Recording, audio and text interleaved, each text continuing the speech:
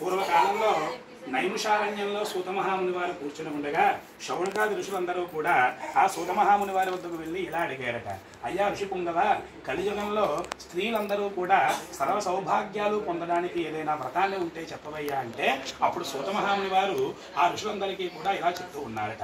పూర్వకాలంలో కైలాసంలో పార్వతీ పరమేశ్వరులు ఉన్నప్పుడు అమ్మవారు కూడా అయ్యవారిని చూసి ఇలాగే అడిగారట, అయ్యా ఈ స్త్రీలకి సర్వ సౌభాగ్యాలు పొందడానికి ఏదైనా వ్రతాన్ని ఉంటే చెప్పండి అంటే అప్పుడు ఆ పరమేశ్వరుడు కైలాసంలో అమ్మవారిని కూర్చోబెట్టి ఆ అమ్మవారికి పరమేశ్వరుడు సాక్షాత్తు ఇలా చెప్తూ ఉన్నాడటండి, అమ్మ పార్వతి, ఈ భూలోకంలో కలియుగంలో స్త్రీలందరూ కూడా సర్వ సౌభాగ్యాలతో తొలుతూగడానికి వరలక్ష్మీ వ్రతం అని చెప్పి ఒక వ్రతం ఉంది.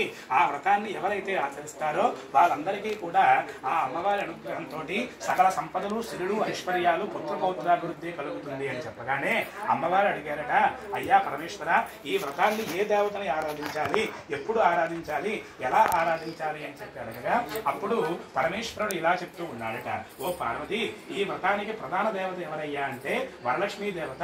ఆ అమ్మవారిని భక్తిగా ఆరాధించిన వారికి సర్వ సౌభాగ్యాలు కలుగుతాయి అని చెప్పగానే అమ్మవారు అడుగుతూ ఉన్నారట, స్వామి ఈ వ్రతాన్ని ఎవరైనా చేశారా, చేసి ఎటువంటి ఫలితాన్ని పొందారో చెప్పండి అంటే అప్పుడు పరమేశ్వరుడు అమ్మవారికి మరలా చెప్తూ ఉన్నారట, పూర్వకాలంలో మగధ దేశంలోని ఒక పట్నం ఉండేదట. ఆ పట్నం అంతా కూడా బంగారు గోడలతోటి, బంగారు ప్రాకారాలతోటి, బంగారు ఇళ్లతోటి దేదీప్యమానంగా వెలుగుతూ ఉండేదట. ఆ పట్నంలో చారుమతి అని చెప్పి ఒక బ్రాహ్మణ స్త్రీ ఉండేదటండి. ఆ బ్రాహ్మణ స్త్రీ గయ్యాలి కాక ప్రతిరోజు కూడా ఉదయాన్నే లేచి అత్తమామలకి సేవ చేసుకుంటూ, భర్తని దైవంగా పూజిస్తూ, మితంగా భాషిస్తూ, సర్వ సౌభాగ్యాలు పొందుతూ పాతివ్రత్య ధర్మానంతా కూడా పాటిస్తూ ఉండేదట. ఆ చారుమతీదేవి మీద ఆ అమ్మవారి అనుగ్రహం కలిగి ఒక రోజు రాత్రి ఆ చారుమతీదేవి కలలో కనిపించి, అమ్మా చారుమతి, నేను వరలక్ష్మీదేవిని, నన్ను పూజించిన వారికి సర్వ సౌభాగ్యాలు, సుఖాలు కలగజేస్తాను.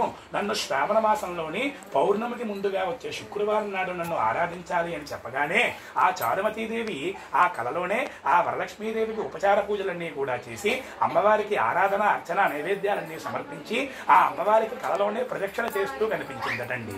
ఒక్కసారిగా ఆ చారుమతి మేల్కొని చుట్టూ చూసేసరికి ఇదంతా కూడా కళ అని చెప్పి ఉదయాన్నే లేచి ఆ కళని అత్తమామలకి, భర్తకి చెప్పగానే వాళ్ళందరూ కూడా, అమ్మా చారుమతి, నువ్వు చాలా అదృష్టవంతురాలివి, సాక్షాత్తు అమ్మవారే నీ కళలో కనిపించి ఈ వ్రతం గురించి చెప్పారు, ఇది చాలా మంచి శకునం అని చెప్పి ఈ కళని చుట్టూ ఉండే ఆడవాళ్ళందరితో కూడా చెప్పగానే ఆ ఆడవాళ్ళందరూ కూడా ఆ అమ్మవారు చెప్పిన శుక్రవారం ఎప్పుడు వస్తుందా అని చెప్పి ఎదురు చూస్తూ ఉండగా ఆ కళలో ఆ వరలక్ష్మీదేవి చెప్పిన ఆ శుక్రవారం రాగానే ఆ చారుమతి మిగిలిన స్త్రీలందరూ కూడా ఒక స్థలాన్ని ఎంచుకొని ఆ స్థలాన్ని ఆవు పేడతో వలికి అక్కడ వరిపిండి చూర్ణాన్ని ముగ్గుగా వేసి దానిపై బియ్యం పోసి ఒక కలశను స్థాపించి ఆ వరలక్ష్మీదేవి ప్రతిమని స్థాపించి ఆ చారుమతి మిగిలిన స్త్రీలందరూ కూడా యథాశక్తిగా భక్తి శ్రద్ధలతోటి ఆ అమ్మవారికి పూజ చేసి ఆ బ్రాహ్మణ స్త్రీ అయిన చారుమతి మిగిలిన స్త్రీలందరూ కూడా అమ్మవారికి నమస్కారం చేసుకొని 3 సార్లు ప్రదక్షిణం చేయడానికి సంకల్పించగా పైకి లేచి ఒకసారి ప్రదక్షిణం చేయగానే ఆ అమ్మవారి అనుగ్రహంతో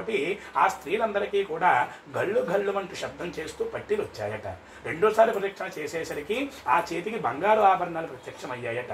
మూడోసారి ప్రదక్షిణం చేయగానే ఆ అమ్మవారి అనుగ్రహంతో ఆ స్త్రీలందరికీ కూడా ఆ యొక్క శరీరం అంతా కూడా నగలతో నిండిపోయి వాళ్ళు ఇంటికి వెళ్ళడానికి రజ గజ తురగ వాహనాలన్నీ కూడా విచ్చేసి సిద్ధంగా ఉన్నాయటండి. అయితే ఆ స్త్రీలందరూ కూడా చాలా సంతోషించి అమ్మవారికి భక్తిపూర్వకంగా నమస్కారం చేసి ముత్తైదువులకు తాంబూలాలు, వాగ్దానాలు ఇచ్చి ఆ బ్రాహ్మణులకి దక్షిణాది తాంబూలాలు ఇచ్చి రథాలు ఎక్కి ఆ చారుమతీదేవిని పొగుడుతూ, ఆహా చారుమతీదేవి ఎంత అదృష్టవంతురాలు, సాక్షాత్తు అమ్మవారే కల్లో కనిపించి ఈ వ్రతం గురించి చెప్పారు, ఆవిడ భాగ్యం వల్ల మనకి కూడా ఈ అదృష్టం దక్కింది అని చెప్పి ఆ అమ్మవారి ఆ చారుమతీదేవిని కీర్తిస్తూ ఎవరిళ్ళకి వాళ్ళు చేరుకుని ఉన్నారటండి.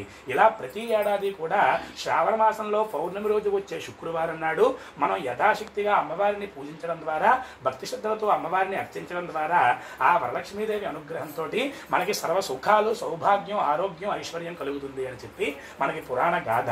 ఎవరైతే ఈ వరలక్ష్మీ వ్రతాన్ని చక్కగా ఆచరిస్తారో ఆ స్త్రీలందరికీ కూడా సర్వ సౌభాగ్యాలు కలిగి సుఖ సంపదలతో జీవిస్తారు అని చెప్పి సాక్షాత్తు ఆ పరమేశ్వరుడే పార్వతీదేవికి ఉవాచ చేశారట. ఇది స్కాంద పురాణే రేవాఖండే వరలక్ష్మీ వ్రత కథా సంపూర్ణ. శ్రీమద్ రమణ గోవింద గోవింద. జయ బోలో శ్రీ మాతా మహారాజ్ఞీకి జయ. వరలక్ష్మీ దేవతకు జయ. 2 అక్షరాలు అమ్మవారికి వేసి 2 కళ మీద వేసుకోండి. నమస్కారం చేసుకుంటాం.